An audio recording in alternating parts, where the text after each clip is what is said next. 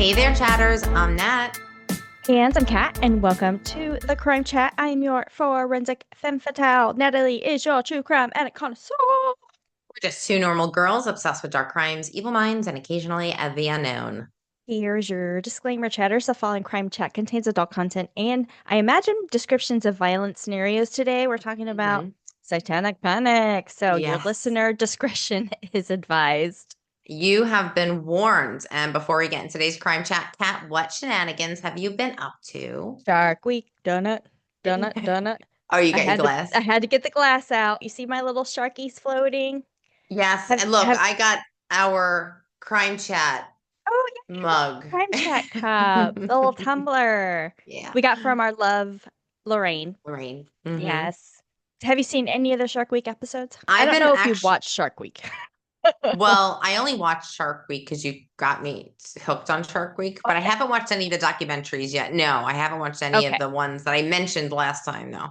Okay. So there's, as far as new episodes, because what they do is there's 20, what is like, I was in the 80s. There's almost 40 years of video. Yeah. So a lot of times they replay usually the more recent ones. Mhm. However, we haven't watched tonight, but since Sunday the 20th, there's been like 4 or 5 episodes, new episodes out. And we don't have Discovery, but you can get the streaming through our Max subscription. So that's Mhm. kind of how I've been doing it. And first ones that came out, amazing. Do you remember Colossus? The great white, it's like the biggest male great white ever captured that breached. And he's been missing for like, I don't know what they said, like 10 years as far as a sighting of him. So they were like the hunt for Colossus kind of thing. They're good for Yeah. him. Yeah. So they've done like a redo of Air Jaws. And what I noticed actually this year that they don't have like a celebrity host because it's been like Dwayne Johnson before in the Hmm. past, and unless it's just my access to it. But I didn't notice it even on any of the like ads for it, like coming like promotions for it. Hmm. So that was interesting. And then last night. So this one actually came out. It was the opening show for the official Shark Week for 2025. It was called Dancing with the Sharks. Oh my God. Okay. What was that about? So, okay, we're like, we're like, okay, that looks stupid. I don't want to watch it, right? So, didn't watch it Sunday. Last night, we were like, there was only one other new episode that was out, and then that one. And I was like, well, I don't know, maybe we should just give it a try. Maybe it'll be interesting. Hmm. Right. It was hosted by Tom Bergeron, the one I think Hmm. that he does regular Dancing with the Stars. They had a couple of judges. One was judging the underwater dancing skills. The other one was judging the interaction with sharks. And then there was this like third guy, random guy Right. that was on there. It was okay. Good. No. No, No. it was probably one of the dumbest things that Shark Week has ever done. Yeah. Like, and if you think about what Shark Week originated from, like think back Hmm. to our Shark Week thing that we did last year with the shark or murder case. It was to educate people about sharks. It was for conservationism. It was for like just getting people to know like you are entering their territory, like you're Right. entering their home. They're It's curious. educational. It's educational, right? Yeah. They probably went a little bit too far to the entertainment category. Ugh. It so I was like, this is dumb as fuck. Yeah. We watched the whole episode. I was playing games on my phone like the whole time, but we did play the whole episode. Then I get on Facebook today, and I'm part of like the Shark Week group or whatever. Hmm. And somebody posted, Shark Week, please don't ever do that dancing with sharks again, ever. I beg of you. And there was 1,200, like over 1,000 comments on it. Wow. So I did comment and I was like, basically what I just said. Like I saw it, wasn't too sure about it, Mm-hmm. coerced myself and my husband to give it a Mm-hmm. try. Yeah, not a fan.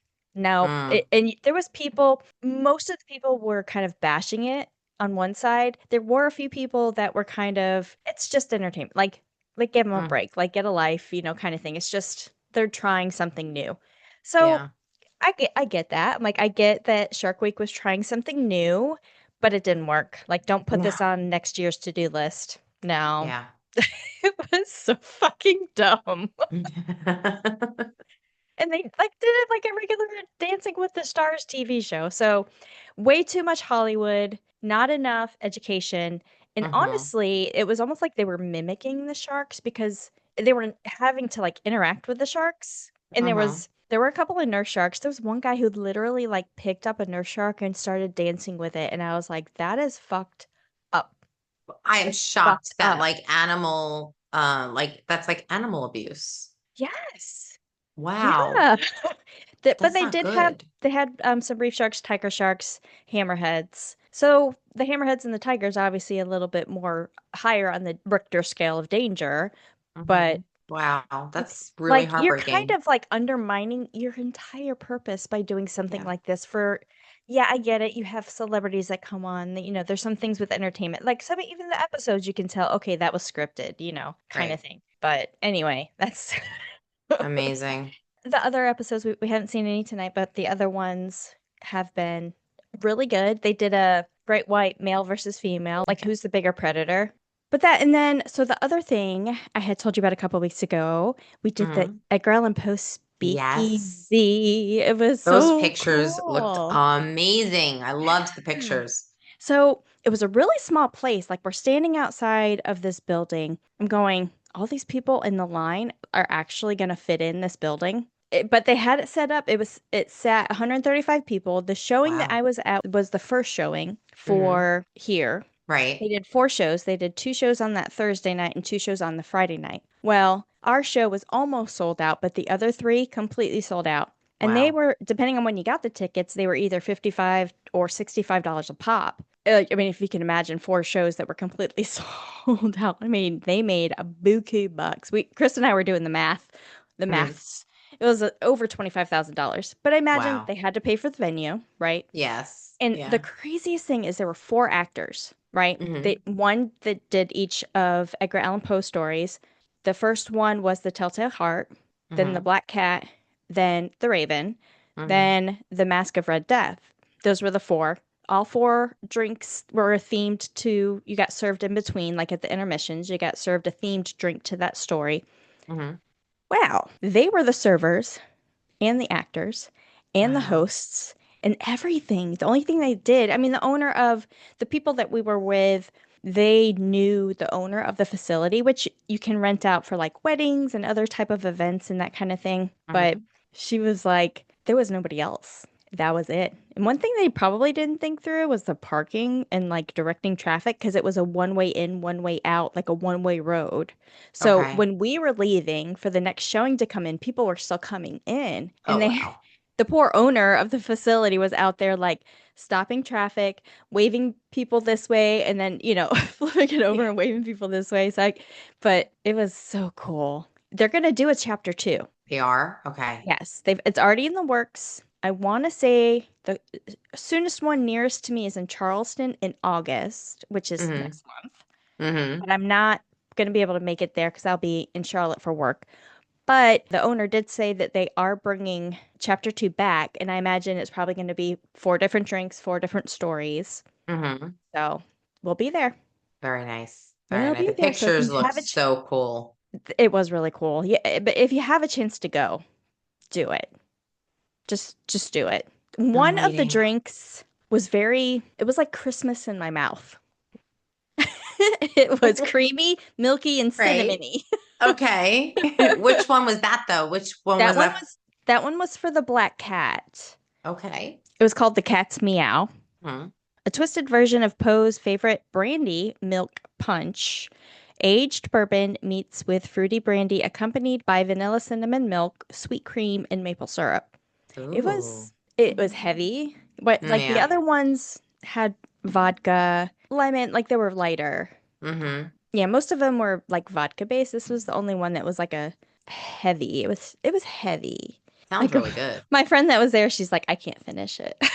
Oh. Did they give But you a good drink, a good size yeah, drink? yeah, Okay. definitely. Totally worth it. I'm It waiting was for them to come down to Sarasota. They're always yeah. in Tampa. I can't. My friend that was in Melbourne, she said that she was before they moved to Hawaii, she said that they were gonna go, but it was like right around the time they were trying to like pack up and get everything moved and everything. So she didn't Mm. wasn't able to go, but I was like, do it. Do it. It's worth it. The actors are great. There was one guy who was the primary MC that did the Black Cat. Mhm.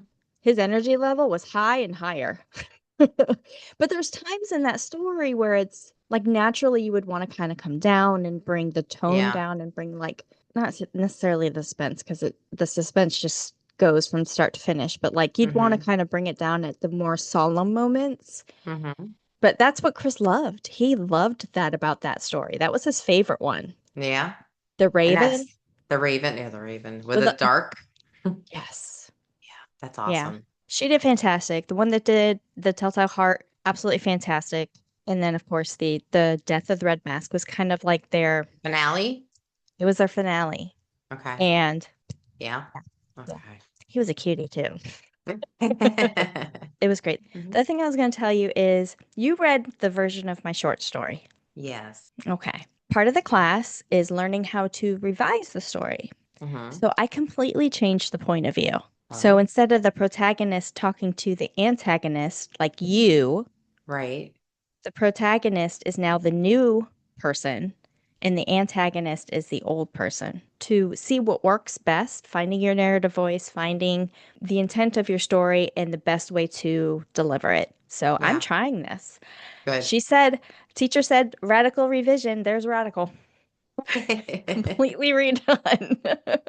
But that's what I was going to tell you. So that's it. How Very about you? cool. I didn't do much but work, but I did listen to the last episode that we Yeah. uploaded, the shark murder. My God, Done it. that's Done it. Done it. it's Murder by crazy. shark. Murder by Oh shark. my God.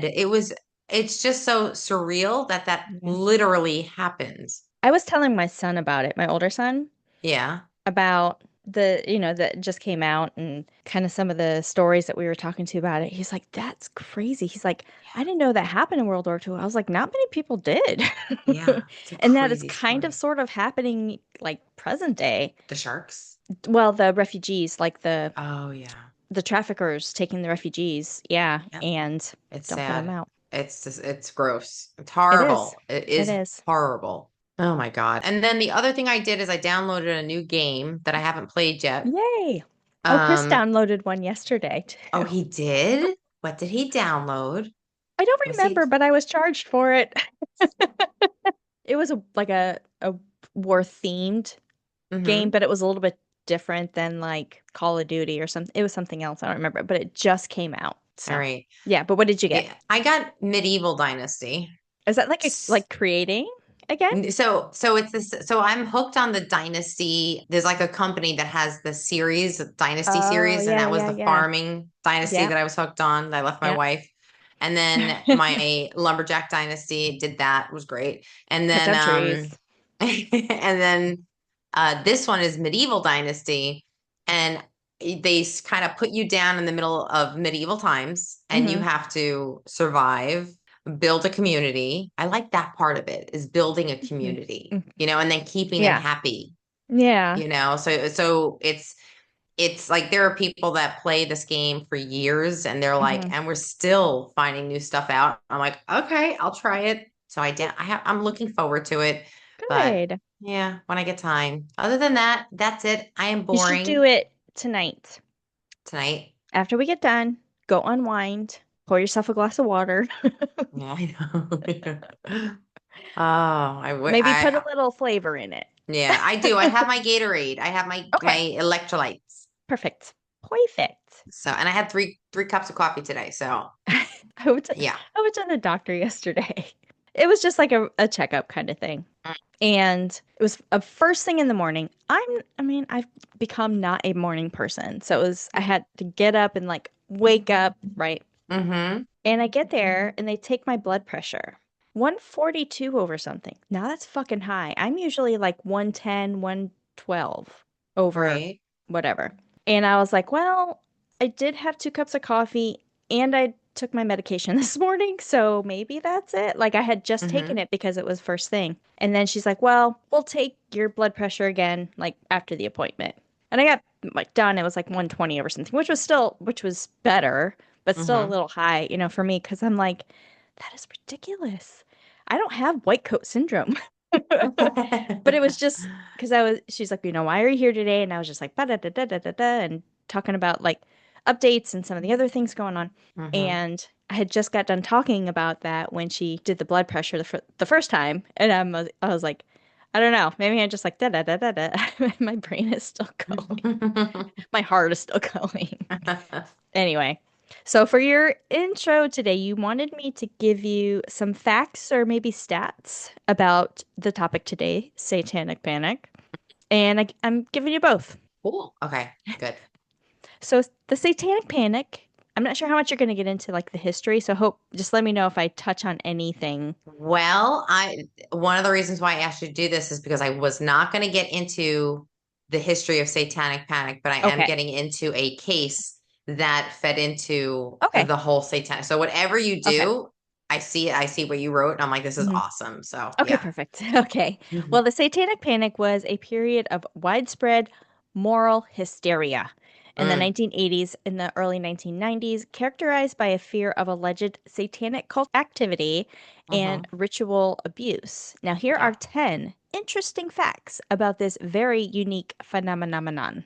Mm, Number one, it started with a book. The panic originated with the 1980 publication of Michelle Remembers, a book co written by psychiatrist Lawrence Padster and his patient, then later wife, Michelle mhm. Smith, who recounts her supposed recovered memories of childhood abuse at the hands of a satanic cult, which kicked off the panic. The book's Yeah. success and subsequent media frenzy fueled widespread fear and encouraged others to recover similar memories. Yeah. Number two, fueled by the media hype. Tabloid media and daytime television shows like Oprah, Mm, Geraldo, they mhm. amplified fears of satanic cults and ritual abuse, often Yeah. uncritically broadcasting sensational and unsubstantiated claims. Mm, Geraldo Rivera's Devil Worship, Exposing Satan's Underground special, aired in 1988. I'm going to get to that in a little bit. mm. Number three, Yeah. featured in major trials. The McMartin preschool trial in California, which gained national attention, involved allegations of satanic ritual abuse, though these specific charges were later dropped due to lack of evidence. Other individuals were also wrongly accused and convicted based on flimsy evidence and Mhm. coerced testimony, which often stemmed from suggestive interviewing techniques with children. Mhm. Yeah. And I know you know, I'm like a forensic interviewer, child forensic interviewer, like Mhm. it can be very suggestive. Yeah. Well, years later, many of these convictions were overturned and some individuals were exonerated and released from prison. This is according to NPR. I'm going to get some more of that later, too. Mhm. Number four, targeted daycare centers. Yep. Accusations of the satanic ritual abuse are called SRA. Frequently targeted child care providers, including high profile McMartin preschool trial, which I just mentioned. Mhm. In the panic's aftermath, the McMartin case became the longest and most expensive criminal trial in U.S. history. Number five, impact on popular culture. The fear and anxieties of the satanic panic permeated various aspects of popular culture, including music, especially heavy Mhm. metal, role Mhm. playing games like Dungeons and Dragons. Mhm. Okay, Stranger Things. Oh, by the way, getting ready to start again this year. Oh, Yes, and FYI, I actually started writing a crime chat about Stranger Things versus reality, about the Dungeon and Dragons, about this, what you're going to talk about right now. perfect. Oh, I that's figured amazing. it'd be Oh my God, I perfect for can't wait. us. Yeah. Yes. Yeah. Yes. Love the show. Coming out after Mm, Thanksgiving. I And I guess know. the I know. finale goes New Year's Eve or New Year's Day. So, They're going to pull the same crap can't they wait. did last time. They're going to make us wait for that two-parter, Yeah. and that's fine But because it was amazing. I saw something that had all episodes. I don't remember if it was like 8 or 9 episodes, minimum 2 hours That's each. awesome. They're like Love little it. movies. Bless the Duffer Brothers. Yes. Because wow. And I know Hmm. we had to wait a couple years for it.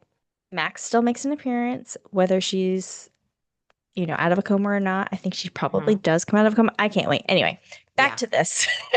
And of course, the whole satanic panic kind of surrounds that too. Hmm. So leading to role-playing games like Dungeons and Dragons and even Saturday morning cartoons. Oh my These God. popular cultural forms were accused of promoting Satanism, Satan, and leading you towards violence, suicide, and ritual abuse. Patricia Poling founded Bothered About Dungeons and Dragons, aka BAD, BADD, after Mm-hmm. her son's suicide, claiming that the game was responsible. Oh God. However, studies found no link between playing the game and the negative behaviors like suicide. If anything, it's creativity, it's Yeah. exploring potential Yeah. But they in your didn't mind. understand that. Like creative Yeah. minds work differently. I don't think they understood that back then. Yeah. Number six, no forensic evidence found. Despite extensive investigations and thousands of allegations, no concrete evidence, such as bodies, bones, blood, was ever found to corroborate claims of large scale satanic ritualistic abuse. Uh-huh. Number seven, used controversial psychotherapy. Uh-huh. Therapists use techniques like recovered memory therapy, the one we were talking about, Michelle, to Uh-huh. help patients uncover the supposed SRA experiences, satanic ritual abuse, SRA. Uh-huh. However, these methods are now largely discredited as they were prone to creating false memories. Uh, Number eight, it drew on historical precedents. The Satanic Panic drew on a history of moral panics and conspiracy theories, including medieval blood libel against the Jews. In the uh-huh. McCarthy era in the United States, historians and sociologists continue to analyze the Satanic Panic, examining its roots in religious extremism, social anxieties, changing gender roles, and the rise of conservative political movements in the 1980s. Number Uh-huh. nine, the panic eventually faded. Uh-huh. Skepticism grew as cases failed to produce evidence, and prominent figures like Geraldo Rivera publicly apologizing for Uh-huh. their role in promoting the panic. In Yeah. 1992, an FBI report by Special Agent Kenneth Lanning concluded that there was no evidence of an organized satanic underground cult in the United States. Yeah. And Period. Geraldo Dot. Rivera, He I was don't known know for if he's a sensationalism. he messed up so many times. Remember Al Capone's vault? Yeah. Nothing, right? Yeah. And also, I lived in the neighborhood when he went to go visit Willowbrook in Staten Island. That was my Yeah. neighborhood when Yeah. he uncovered all the stuff. I mean, Willowbrook was terrible. It was Yeah. abusive. It was horrible for patients. But because of his public sensational story that he thought he was doing something good, it closed down like Yeah. immediately, and the city could not pay for the amount of people that were coming at. They were all homeless. They were living on the streets, and it was all because of him. He didn't cause anything he didn't think it through. He didn't Right. think The that cause and maybe effect. yeah, and he Yeah. really caused a lot of he hurt a lot of people with that, And you and know. also thinking about that time frame, like for this, that like the 80s and 90s, Mm, cable TV was booming. It was before the internet, people. yeah, Before Jerry's the internet was home at everybody's home, essentially. right. It was there, but it wasn't like as prominent. Well, we have different forms of Geraldo Rivera, just like we have different forms of Jerry Springer now. But everything, it's so funny how like it's almost like a contagion, a Mhm. mental contagion of what this is. Like it's like, History repeats itself. oh God, help us. Oh no. Well, the last one, 10, it left a lasting legacy. Its themes and anxieties, particularly the fear of child exploitation and Hmm. secret cables, continue to resurface in modern conspiracy like QAnon, Yep. Pizzagate, Oh boy. indicating the lasting impact of satanic panic on the cultural landscape.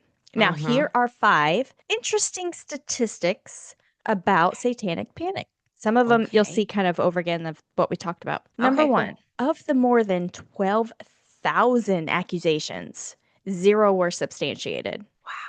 A comprehensive nationwide study conducted in 1994 by the National Center on Child Abuse and Neglect found that not one of more than 12,000 accusations of group cult sexual abuse based on satanic ritual could be Hmm. substantiated with any hard evidence. Wow. Crazy. It is. Number two is between 1983 and 1995, nearly 200 people were charged with crimes related to alleged satanic panic and ritualistic abuse. Hmm. About 113 of them were convicted, but as we mentioned, many of those convictions have been overturned. Hmm. Number three, okay, 95% of the adult cases, the memory of abuse were recovered during psychotherapy. Yeah. A very suggestive science. Very suggestive. Yeah. Number f- number four. Number four, the one we were just talking about, Geraldo Rivera, devil worship exposing Yeah. Satan's underground.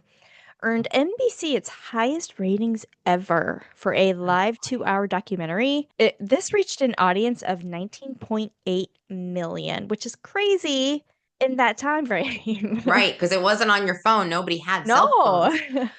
And the last one here, LexisNexis Search, Mm, it's a police database, mm, showed that court cases using the keyword Satan or its derivatives dramatically increased between 1980 and 1999, and then peaking in that time frame from 1990 to mm, 1999.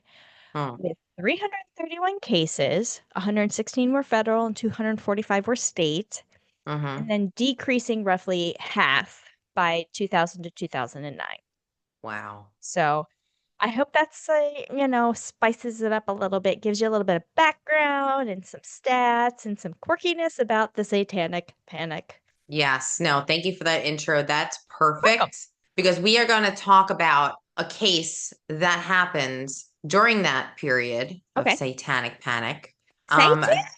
there were so many. And you know what I noticed, like you mentioned, a lot of them surrounded children and preschools. A lot of them Mm-hmm. were surrounding around preschools. And I don't know if it was just parents being neurotic, not knowing, and accusing innocent Yeah. people of things. I wouldn't say an Um, unsubstantiated fear, but maybe an irrationalized fear. Irrational. Also, if you want to get a real chilling story, add children, add the mentally ill, add sex, add drugs, add rock and roll. You want all Yeah, these elements, and that's what Satanic Panic had. It had all those elements. People went fucking nuts. because children ghosts are a lot fucking creepier than Yeah, adult ghosts. true. Facts. Well, are you ready for my story today? Yes. Okay. So, Kat, in quotes, say you love Satan. I'm going to start my story with that quote. Oh, it was a quote. Okay, I thought you It's a were like, you quote. want me to say I love Satan? No, no, no, no, no. I don't want you to say it, but we're going to start with that quote because that sends shivers down my spine. Mm-hmm. That's the chilling command Ricky Queso gave his friend the night he killed him. Oh shit. But this wasn't a ritual, it was a drug fueled spiral in suburban Long Island. I'm Natalie, and this is the devil in the woods. I forgot why I Hi, did that. I'm Okay. Natalie. Yeah. Well, that's your neck of the woods. It is. It is. Okay. Yeah. So Richard Allen Queso, Ricky, was born on March 29th, 1967. Mhm. His father, a respected high school history teacher and a football coach. People said he was strict, but he wasn't unkind and he loved his family. Mm-hmm. Same with his mother. She was quiet and sweet, and she was known to be a PTA mom, and she was the one that always brought those extra cupcakes. My mother Yes. was not that type. No. Neither was mine. No. We raised Ricky in a modest home in Northport. Northport is a small historic village, super safe location in Long Island. Oh, that's where the Northport, New York transfer to the Northport, Florida. What? That's where like the people live in Northport, New York, right? Or Long Island. Okay. When they migrate to Florida, they go to Northport, Florida. Northport, you know why it's named Northport, right? Why? Because it's Port Charlotte, just north of Port Charlotte. Oh, north of Port. Oh, jeez. That's why they named it because it was too much land for Port Charlotte to Mhm. afford to maintain. So they separated it not Lucky that long them. ago. And then Northport became the biggest city in Sarasota that was like Mm-hmm. very, very Mm-hmm. rural. And then Mm-hmm. it started getting built up and then it got Northport. And Port Charlotte's a little bitter about it because Northport did really well. But anyway. Anyway. All right. And for a while, Ricky was normal. He was bright. He was energetic. He was charming. He had friends in the community and at school. He played baseball, football, and his teacher said he was quick to smile and quicker to crack a joke. He was at the top of his class, at least back then. Ricky also pushed boundaries, challenging rules, not maliciously, but instinctively. He might have been reckless and mischievous, but he was Hmm. never cruel, at least not yet. During junior high, things began to shift. Teachers noticed he started to pull away. His grades dropped. He Mm. started skipping school. And in seventh grade is when he decided to try LSD for the first time. Now, LSD was No, big back then it because, was. So he was born in what, 67? Seventh yeah, grade. He would have been 12, so that's 79. yeah, that's crazy. Now, Yeah. LSD in where from my neck of the woods, we had a really big issue with drugs in New York. It was very Mhm. unsafe when I was growing up. No, It wasn't, yeah. it was not safe. Yeah. We literally, I mean, I can tell you stories of a van that almost grabbed my brother, a white Mm. van. Mm-hmm. But like, I mean, back then we were in our generation, The latchkey somebody, children. right. But like, Yeah, it wasn't, somebody tried to grab one of us. The entire block of kids showed up. true. And all they had to do was call one parent who Mm-hmm. came out of that house, screamed. Mm-hmm. Like, it was just, we were very protective, but it was a scary time to grow up in New York. I'll tell you Mm-hmm. right now. A lot Sure. of drugs, a lot of crack, a lot of all that stuff. Okay. I'm picturing Crocodile Dundee too Hmm. when he's in New Hmm. York. Yeah. That's like what I'm picturing right now. Yeah. It's right. It's all right. That's not a Um, knife. This is a knife. Ricky took his first tab of acid. That first trip was a real mind bender. And it wasn't just a recreational curiosity. For Ricky, it opened a door he couldn't close, a Mm. door into something bigger, darker, more dangerous than he understood. More dangerous than he From, thought it would be. oh, yeah. From there, things escalated pretty quickly. Weed, mescaline pills. He started stealing from his parents. He started skipping entire weeks of school. Wow. He got arrested for petty theft and vandalism. One night, he snuck into a local cemetery and dug up bones. And this was not a prank.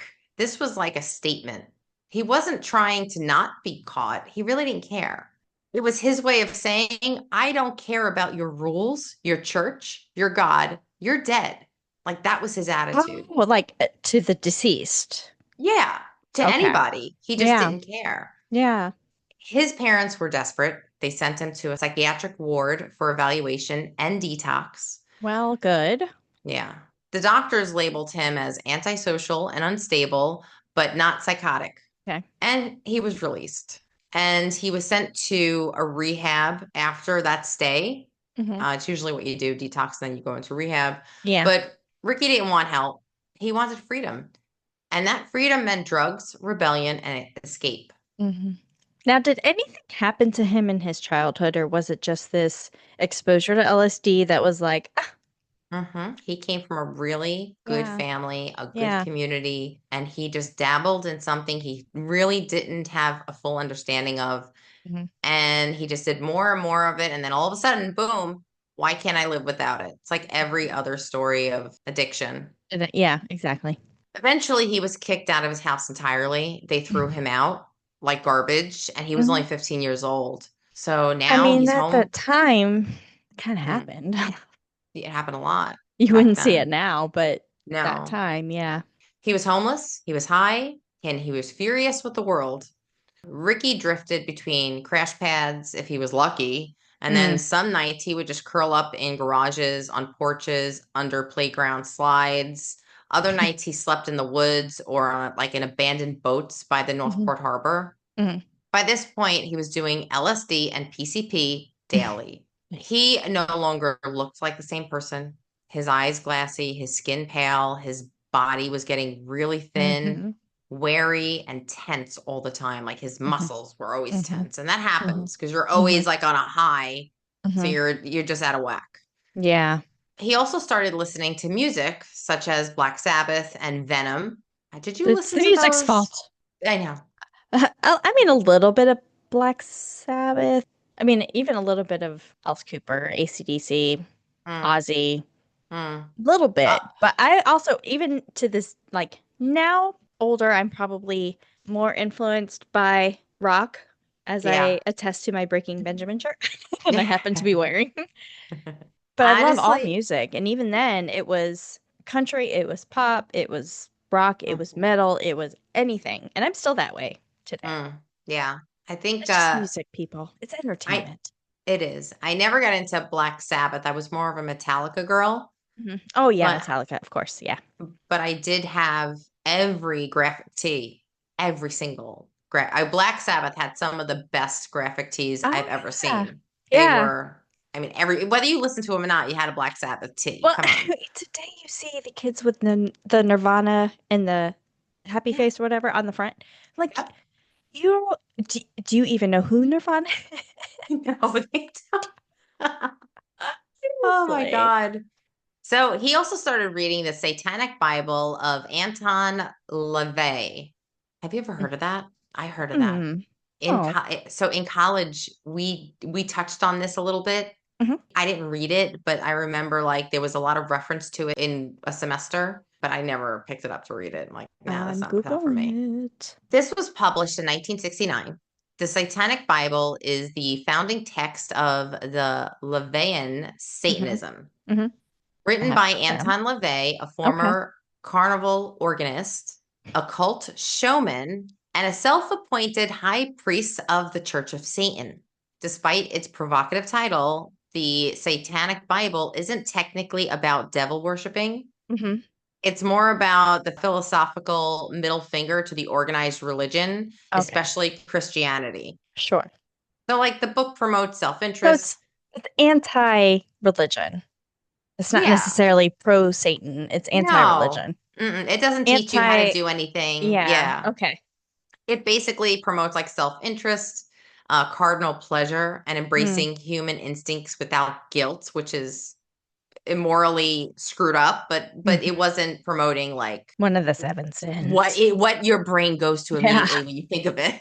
Yeah. To a teenager like Ricky, already obsessed with breaking rules and rejecting authority, the Satanic Bible was like gasoline poured on an already burning fire. It's hot, baby. It's hot. Yeah.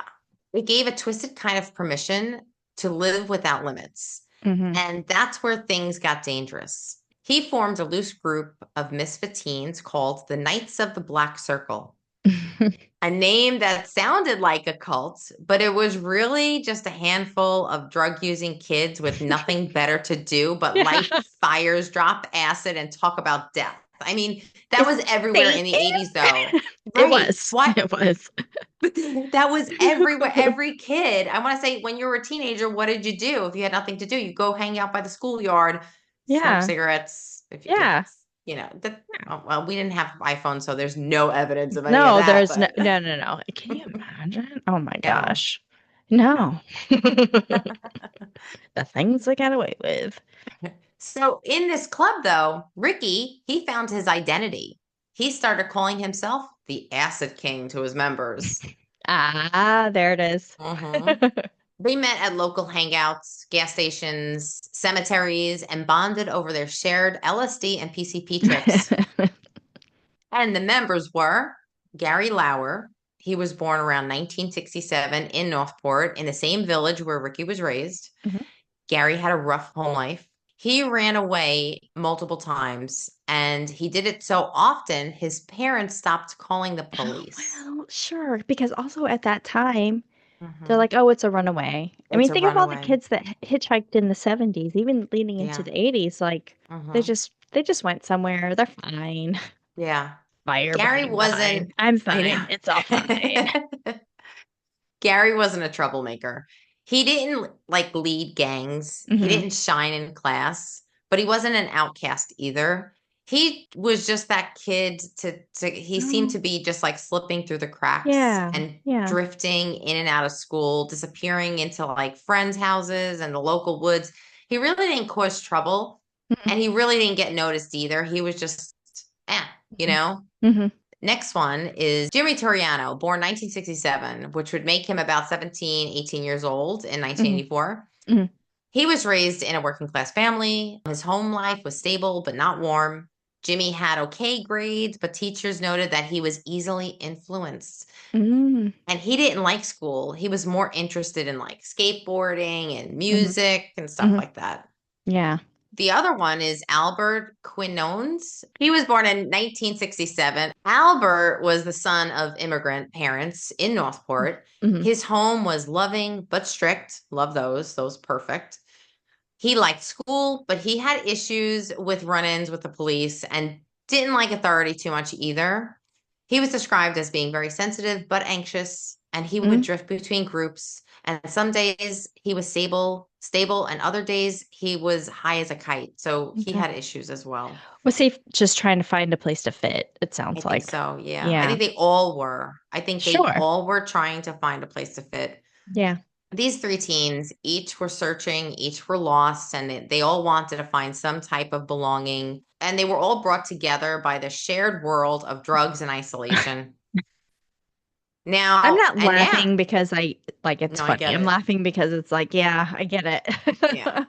Well, and now they had their own exclusive club and their own Mm. king, the Acid Membership King. fees due. Hmm. However, one night, Gary stole bags of PCP from Ricky while Ricky was passed out at a Oh party. no. Oh Oh, no. you never mess with the drug addict's drugs. No. Ever. He returned $5 and promised to pay the rest, which was about like $50 worth of stuff that he stole. I'm But just borrowing it. It's a loan. Ricky took this personally. They Sure. argued. Ricky actually like beat him up pretty severely several times, like just to Oh whip his God. ass. So Ricky couldn't get past it. He Yeah. wanted to teach him a lesson. And on June 19th, 1984, Ricky invited Gary, Jimmy, and Albert to get high in a gazebo at Cow Harbor Park, which was a hangout in the woods that they went to. Hmm. Gary thought this was a good chance to fix things with Ricky. Hmm. Mm-mm. They loaded Ricky up had other on plans. They loaded up on purple microdots that they bought off of the streets, and they believed that the drug was mescaline, Hmm.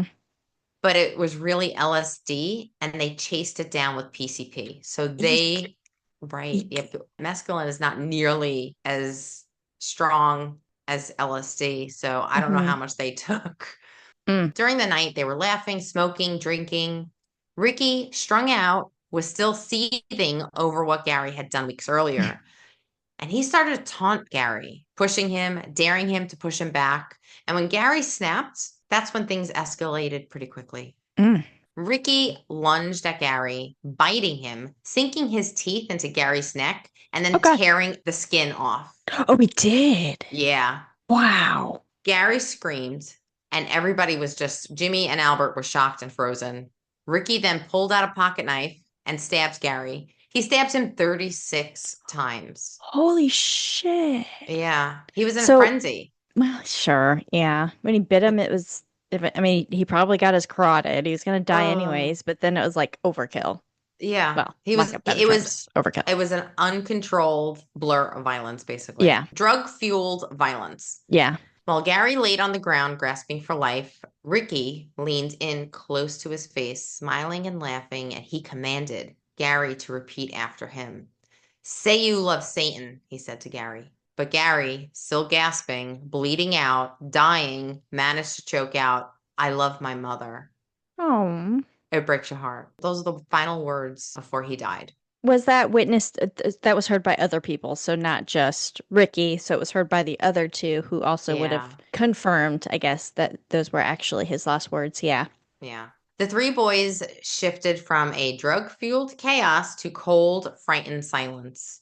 Ricky then asked Jimmy to drag the body a short distance to attempt to cover it. They Hmm. used leaves, branches, and dirt. They really didn't dig a grave or Mm. try to hide it. It was almost symbolic for Ricky. And they knew the body would eventually be found, and they kind Hmm. of wanted it to be found. Okay. Yeah. Now, after this, Ricky was pumped. Ricky returned to the woods multiple times to see the body. So what he would do is he would like tell people that he met on the streets, "Hey, come, I it's almost like that movie, Lean on Oh, Me. I have a dead body. You want to see a dead body?" Like it was yeah. one of those.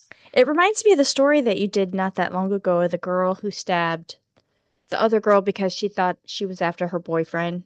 Krista Gale Pike. Oh, okay. Yeah. That's the one Okay. I was thinking of. He bragged about murdering somebody at parties and on the streets, even at Mhm. convenience stores. Some teens thought he made this crap up until they saw the body for themselves. Oh, He told yeah. the others, "Don't tell anybody, or you're going to end up like him. Yeah. He's You're the next. acid king." Yep. Jimmy and Albert were shaken, but stayed quiet. Neither of them reported the crime. Mhm. It wasn't until somebody weeks later called the police anonymously. because by Mhm. then the smell of the Of body course. alone starts to creep into the local forest trail. And it was the summer? It was in June Mm-hmm. when it happened. Yeah. Yeah, yeah. Yep. And the locals started to notice the smell. Mhm. And somebody, an anonymous teen actually called. And honestly, I don't think it was anonymous. I think it was somebody he brought to the body because Sure. Well, when so he, yeah, that's what I was gonna ask. yeah, so when he called on July 1st, 1984, he told the police exactly where to find the body in the woods. So obviously it was somebody that Ricky brought Yeah, to the site. I yeah. mean, you can't. So 2 weeks after Gary's murder, the silence finally cracked. The next day, on Independence Day, July 4th, 1984, Northport police hiked into the woods with the canine unit and found exactly where Gary's body Mhm. was based on the caller's description. Okay. It was decomposed, it was bloated, it was half Mm. covered with branches and dirt. His jeans were stained with blood, his face was nearly unrecognizable. They knew they weren't dealing with just an overdose. They knew that this was a killing, brutal and deliberate. Not necessarily covering up, but maybe concealing it to get away with it for a little bit. And I'm wondering Hmm. if that he actually did that intentionally to be able to go back and bring people back to easily show them Yeah. versus like Yes. trying to hide the body to make I it think so too. relive it, relive it Yeah. a little bit. Yeah. So now, less than 24 hours later, on the morning of July 5th, officers arrived at Ricky's house. Now, he wasn't staying at home because we all know he's homeless. The parents were Right. like, no, he doesn't live here anymore. Right. Ricky had been bouncing between friends' couches and sleeping in public parks. But Mhm. on that morning, they found him high as usual, shirtless, and wearing the same ACDC t shirt that he would be plastered across newspapers from coast to coast. So they just found him in the woods, like Yeah. sleeping. They also arrested Jimmy and Albert that day. Both teens were taken in for Hmm. questioning. Ricky didn't hold back. He confessed almost immediately. In a cold, unshaken detail, he told police exactly how he stabbed Gary, how Gary had begged for his life, and how Wow. he ordered him to say, I love Satan. That Wow. seriously, like, he's like, this is so far, I can't think of one journalist that wouldn't take that sentence and run with it. Of course. Yeah. Oh, totally. Detectives didn't need to press. He volunteered everything and he was proud of it. Albert was the first to talk. When police brought him in after Ricky's arrest, he initially gave a detailed account of what happened that night, placing Ricky as the killer and Jimmy as the accomplice. He Mm-hmm. described the stabbing, the events leading up to it, and what they did afterwards with the body. His cooperation helped prosecutors build a quick case, and in exchange, he was treated as a key witness rather than a Sure. suspect. Yeah. Yeah, Well, sweetheart deal. well, I mean, immunity, right? That's Yeah. what I was going to ask too, is if they were charged with accessory since they didn't report it. So now Jimmy, on the other hand, denied everything. He claimed he was too high to remember, and he said he didn't take part in it. He just watched. His story would shift later, of course. Hmm.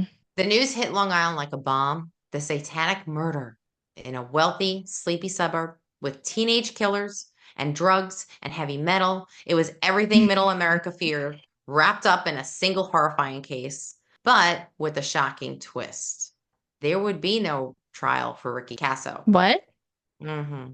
Because 2 days later, on July 7th, he was found dead in his jail cell, hanging by bed sheets Oh, tied to the you bars. bitch. Yep. Suicide. No note, just silence. One, he either planned that, like I'm just gonna blah blah blah blah, tell him everything and then Mhm. do that, Yeah. or he was like, "Oh crap, what did I do? He I sobered just up. told them everything and Hmm. did it." Yeah. Ah, bastard. I know. As for Jimmy, he went to trial in April 1985, but the jury didn't buy the prosecution's story. They believed he was too high to know what was happening. Sure. He was acquitted. And just Okay. like that, no one was ever formally convicted for the murder of Gary. Hmm.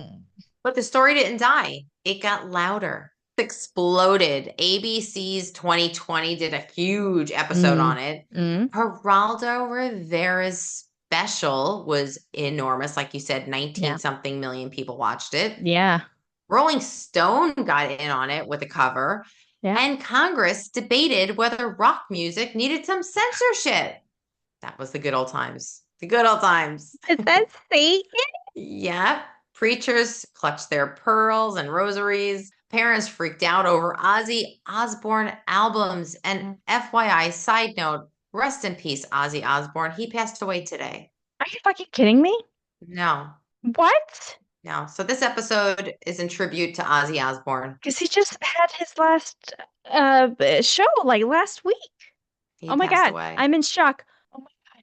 He was 76. Parkinson's, other disorders. Holy Yeah, shit, I was unplugged today. yeah. Rest in I peace feel to bad. Ozzy. Oh You know, I my had a God. horse I named Ozzy because of him. Oh, Ozzy. Yeah, rest in peace. I'm gonna try to stay focused on your story, but I I'm know. Well, devastated right we're at now. the end. We're at the end. But when you strip away the myth, it wasn't about Satan. It was about drugs, rage, and Yeah. teenagers with no direction. It was Mhm. about a broken kid killing another broken kid, and no one stopped it. Gary didn't die in a cult ritual. He died because no one ever stopped and noticed. Not the schools, not the cops, not the parents, not the friends who heard Ricky boast about murdering and said nothing. And Mm-hmm. that's the real horror here. That's the scary part about the Mm-hmm. 80s. Mm-hmm. This wasn't a story about Satan. It was a story about silence and the costs when people do not speak up. Mm-hmm. Gary's body was eventually cremated. Ricky's downfall inspired documentaries, books, movies, and even a band called the Acid Kings. Oh, jeez. Ricky's story tells us how easy it is to make mistakes as a teenager and how teenage madness for the supernatural evil and how quickly the media can turn madness into a moral crusade. And that is my satanic panic murder story. I'm still stuck on Oz. No, that was crazy. I mean, and that was like a classic Satanic Panic type Yeah. of story. It Yeah. had nothing to do with Satan. I think that's just kind of how those cases, at that time too, people were looking for someone or something to blame. Yeah. It was the war on drugs era. It Mm-hmm. was the end of the Cold War. There was so much going on during that time. We just had an actor, well, not just, but in that era, an actor was president of the United States. Oh, that's right. Forgot about that. So, like, Yeah. I mean, there was a lot Yeah. of shit going on. Yeah. And, God forbid they should look inward and about their parenting styles. But no, we Right. don't do that. We And point the finger. and I mean, we were kids in that era. Hmm. Obviously came out different. A little, I mean, a little younger than the kids here, but yeah, that was just what you did. Like it was the dads against drunk driving and the moms against drugs and the Right. all these different kind of campaigns and stuff that were going on during that Hmm. time. Yeah. But it didn't mean it wouldn't stop it. So I think maybe because of all these efforts that they were doing to get ahead of it, Yeah. and the shit still happened anyway, so they were looking for someone to blame Yeah. And or something to blame. I think the media had a lot to do with this Yes, going yes. the wrong way Yeah. and unfortunately, like they can't be held accountable. There's just they can say they're sorry, Mm-hmm. but once you say it, it's out there. Mm-hmm. Once you tell the story is out there. The chance of the same people listening to your apology is really slim to none. Mm-hmm. They're just going to remember your story. And I think Yeah. back then everybody was glued to the news trying Mm-hmm. to, and it was I mean, really it was easy. really like the first Gulf War was really the first time we really had a 24-hour news cycle, Hmm. and Right. it was a new thing, like getting this news like as it's happening. Right. And we didn't have the opportunity, we didn't have the ability to self-check, fact check. Yeah. So we were reliant on Yeah. the anchor that was telling us the story or the paper that you picked up in the morning. Right. So we were kind of held captive to people, to whatever narrative they decided to tell us. Mm-hmm. Yeah. I don't And think it was satanic, Satanic Panic. and it was satanic panic. Yeah. Jeez. I know. It's Well, crazy. thanks for doing that story. I hadn't heard of that one. Obviously familiar with the Satanic Panic, but I wasn't aware of that one necessarily or specifically. That's crazy. That's in your neck of the woods. Old Long neck of the Island. woods. Yeah. Long Island. Oh, by the way, I don't think I told you this. My exercise, I'm not going to New York. They canceled it. Oh, okay. Actually, you're probably better off right now.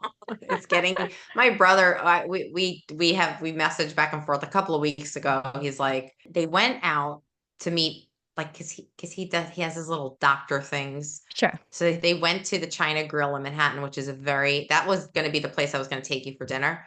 Oh. It's a beautiful restaurant, 5-star, but he's like, we went there. He's like, Natalie, the walk to the place stunk so bad, like human waste. Oh, He's like, yeah. I've never seen anything like it. And like when you went in, like you still had that odor in your nose. He's like, I could barely eat. Sure. I'm like, that's terrible. I'm like, Yeah, was it a that's not sewer good. issue? But there was some type of flood in the subway. Oh, okay. And I think like all those fumes like just leaked up. I'm like, Oh, man, that's the worst. That's it the is. worst It's stink. gross. It's disgusting. Ugh. All right. Well, we wouldn't dream of leaving you hanging. For more chilling details and twists in this case and many Mm. others, please check out After That Crime Chat, available exclusively on our Patreon. Don't forget to follow us on the socials. Crime Chat with Nat and Kat, Facebook, Instagram, YouTube, TikTok, X, Rumble. See what we got going on. And I think we're planning something a little bit for the Rumble Bowl Yes, we are. in the Yes. near future. If you want more chilling content and behind the scenes chaos, become a VIP chatter to our Patreon. You'll unlock bonus episodes, bloopers, exclusive sneak peeks, and even free merch. Yes, we send goodies out to every new VIP Yes. chatter. Yes, we'd love So to. support the show, fuel your obsession with the weird and the wicked, and join the Crime Chat crew in style. And don't forget to check out our next episode. It is my story. I'm going to be doing a heart-wrenching story. Oh boy. Bring your tissues. Oh, But it okay. has a great ending. Okay. But that doesn't come out until August 9th. The first Saturday in August is going to be a re-release. And in honor of Shark Month, Yes. we are going to re-release the deep sea dive episode that we did with Chris. Yes. Yeah. So That was a good episode. stay Yep. tuned for that one. Yes, you don't want to miss it. We'll see you next time at the Crime Chat. Bye. Bye-bye.